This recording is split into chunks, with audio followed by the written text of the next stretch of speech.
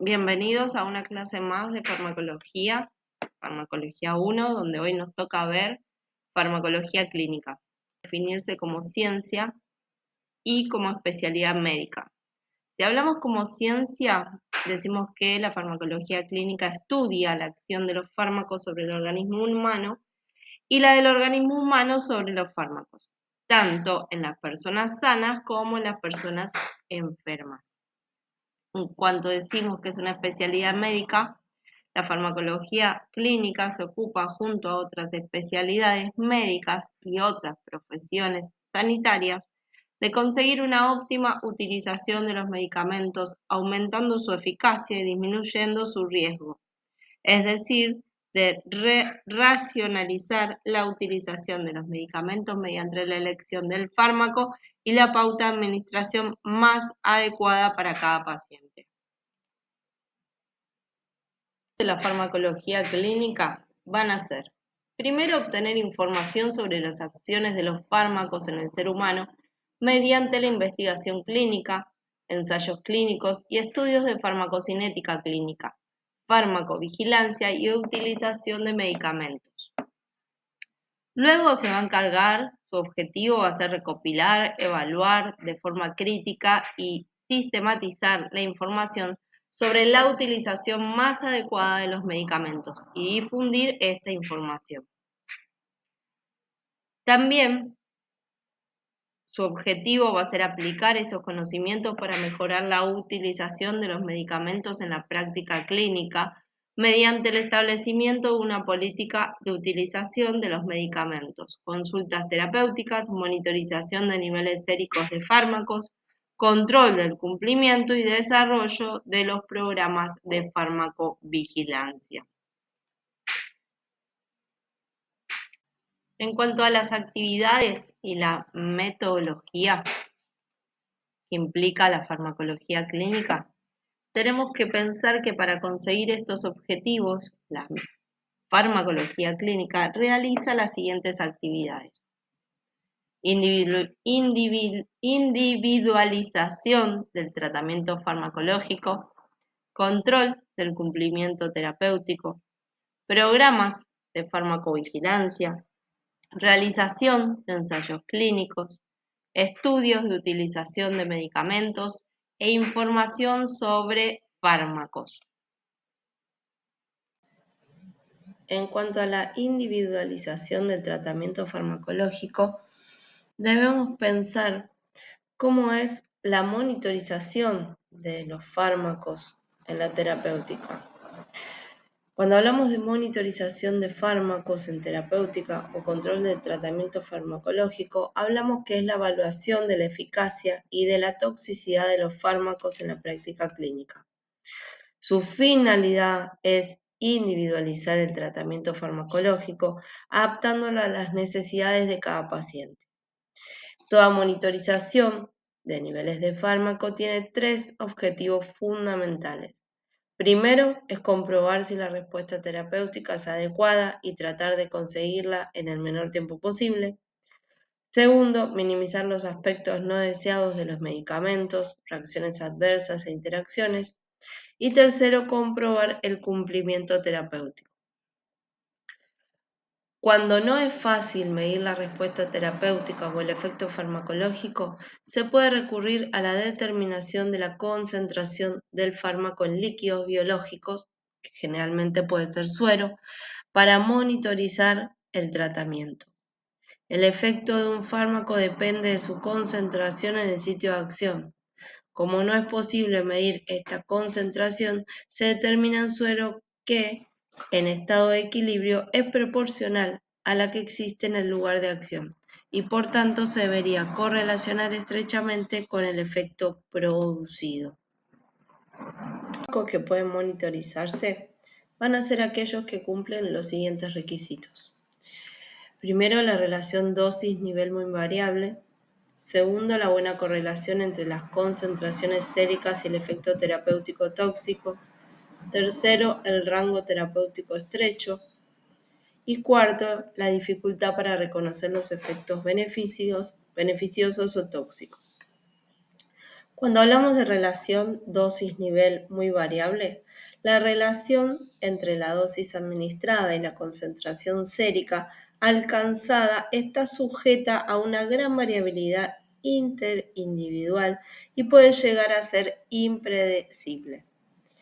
Son múltiples las circunstancias que producen variaciones farmacocinéticas, ya sean fisiológicas como edad y gestación, patológicas como enfermedad a tratar y patología asociada, y farmacológicas como tratamiento asociado. Cuando hablamos de una buena correlación entre las concentraciones séricas y los efectos terapéuticos o tóxicos, a partir de esta relación entre concentración y efecto se define el rango terapéutico, que es el intervalo de concentraciones que incluye la mayoría de pacientes con un efecto farmacológico adecuado. Por ejemplo, la mayoría de pacientes epilépticos con buen control de crisis es un ejemplo claro. Por debajo de este rango el efecto es insuficiente y por encima se observa un aumento del riesgo de toxicidad.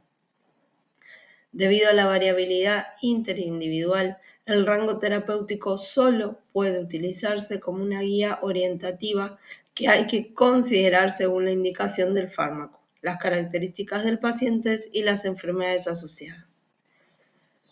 En cuanto al rango terapéutico estrecho, vamos a decir que cuando existen pocas diferencias entre concentraciones terapéuticas y tóxicas, es frecuente que con la dosis habitual se puedan producir intoxicaciones, especialmente en pacientes con eliminación reducida del fármaco. El miedo a producir toxicidad hace que se utilicen dosis insuficientes en muchos pacientes. Por tanto, la determinación de la concentración sérica puede ser de gran ayuda para individualizar el tratamiento. Y por último, hablamos de la dificultad para conocer los efectos beneficiosos o tóxicos. Algunas situaciones en que aparece esta dificultad son, por ejemplo, los que presentan dificultad para evaluar su eficacia, por ejemplo, los medicamentos profilácticos, medicamentos cuya acción clínica medible es lenta, efectos adversos que imitan a la enfermedad tratada, los antiarrítmicos, los antiepilépticos, pueden producir efectos tóxicos difíciles de diferenciar de la propia patología de base. Y es difícil saber si se deben a infradosificación o sobredosificación. Por último, podemos observarlos cuando la necesidad de asegurarse la eficacia, por ejemplo, en un inmunosuprimido, no puede aumentarse así porque sí la dosis. Entonces, hay dificultad para ajustar dicha dosis.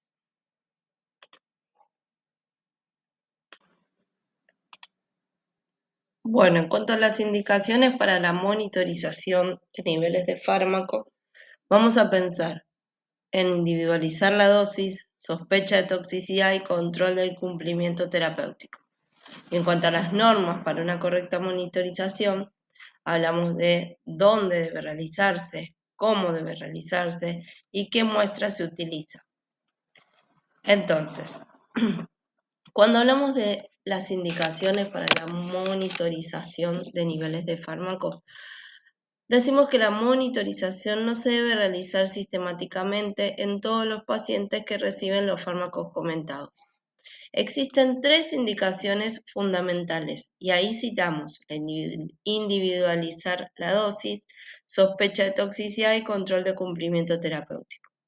Si hablamos de individualizar la dosis, al inicio del tratamiento, cuando se cambia la dosis, sobre todo si hay escasa respuesta o es necesario asegurar una eficacia rápida del tratamiento en situaciones graves. Cuando aparezcan factores fisiopatológicos que producen amplia variabilidad farmacocinética como insuficiencia renal, hepática o cardíaca, embarazo, enfermedades de tiroides, malnutrición, mala absorción, etc. Y cuando se añade un nuevo fármaco que puede producir interacciones medicamentosas. Ante la sospecha de toxicidad, el hallazgo de una concentración sérica por encima del rango terapéutico reforzará el diagnóstico. No obstante, también puede aparecer toxicidad con concentraciones dentro del rango terapéutico. Y lo último es el control del cumplimiento terapéutico, cuando se sospecha incumplimiento por parte del paciente. Ahora, en cuanto a las normas para una correcta monitorización, ¿dónde deben utilizarse? En un servicio especializado al que pueda acceder al paciente con facilidad, para que sea fiable y rápido en la obtención de resultados. ¿Cómo debe realizarse? En el día? El paciente toma el fármaco y luego se toma la muestra. ¿Qué muestra se utiliza? Muestra de sangre. Se extrae sangre con anticoagulantes, se analiza rápidamente o se puede conservar a 4 grados centígrados. Todos estos datos obtenidos se deben interpretar con datos importantes del paciente, como las características del paciente, ya sea la edad, el peso, la superficie corporal, la edad gestacional, perdón, las características de la enfermedad, como la enfermedad de base, motivo concreto por el que se administra el fármaco, estado cíclico del paciente, respuesta al tratamiento, y las características del tratamiento, dosis e intervalos en la administración, vía de administración, duración del tratamiento, fecha y hora de las dosis, tratamientos previos, etc. Son todos factores, características del paciente que debemos tener en cuenta. En cuanto a la frecuencia de monitorización, con que es necesario monitorizar los niveles de fármaco depende de la situación clínica del paciente, de la experiencia del médico, de si las concentraciones han alcanzado el estado de equilibrio y de la vida media del fármaco. En pacientes críticos con cambio en el aclaramiento puede ser necesario un control diario. También puede ocurrir esto cuando se inicia el tratamiento. En cambio, la frecuencia es menor en pacientes ambulatorios con tratamiento prolongado.